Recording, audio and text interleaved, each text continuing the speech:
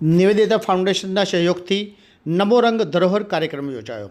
વહેરાખાડી મહીસાગર સંગમ તીર્થ ઘાટ ઉપર પ્રકૃતિના આહલાદક વાતાવરણમાં સંગીતના સૂરો વચ્ચે 275 વિદ્યાર્થીઓએ ચિત્રો કંડાર્યા। ભારતના વડાપ્રધાન નરેન્દ્રભાઈ મોદીના 75મા જન્મદિવસની અનોખી ઉજવણી નિવેદિતા ફાઉન્ડેશનના સહયોગથી કરવામાં આવી। આણંદ જિલ્લામાં વહેરાખાડી ખાતે આવેલા મહીસાગર સંગમ તીર્થ ઘાટ ઉપર સંગીતના સુરસંગ વિદ્યાર્થીઓ દ્વારા ઐતિહાસિક ધરોહર સાથે પ્રકૃતિના મિલનને ચિત્રોમાં કંડારવામાં આવ્યું હતું। ગુજરાત ભાજપ મહિલા મોરચાના પ્રદેશ મંત્રી અને નિવેદિતા ફાઉન્ડેશનના સ્થાપક ચેરપર્સન નીપાબેન પટેલ દ્વારા સાંસ્કૃતિક વારસાનું જતન કરવા સાથે તેમાં યોગદાન આપવા માટે બાળકોમાં પ્રતિબદ્ધતા કેળવવાના હેતુથી આ કાર્યક્રમ થકી પહેલ કરવામાં આવી છે।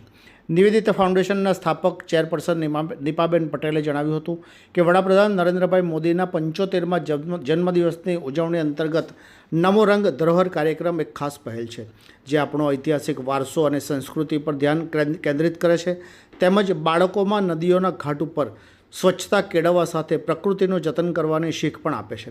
બાળકોમાં રહેલી સુષુપ્ત શક્તિઓ બહાર આવે, તેઓ ભારતીય સંસ્કૃતિ અને ઐતિહાસિક ધરોહર વિશે જાણકારી મેળવે, અમૂલ્ય વારસાના જતનનું મહત્ત્વ સમજે, સ્વચ્છતા જાળવવાની શીખ અને આદત કેળવે, તે માટે આ કાર્યક્રમનું આયોજન કરવામાં આવ્યું હતું। વહેરાખાડી ખાતે મહીસાગર સંગમ તીર્થ સ્થાનનું ધાર્મિક અને ઐતિહાસિક મહત્ત્વ છે, જ્યાં મહીસાગર નદીનો ઘાટ પર સંગીતના સૂરો વચ્ચે 275 વિદ્યાર્થીઓ દ્વારા ચિત્રો કંડારવામાં આવ્યા હતા। વિદ્યાર્થીઓ નદીના સ્વચ્છ ઘાટ અને તેના ભવિષ્ય માટે સર્જનાત્મક રીતે પોતાના દૃષ્ટિકોણને ચિત્રના માધ્યમથી વ્યક્ત કરવાનો પ્રયાસ કર્યો હતો।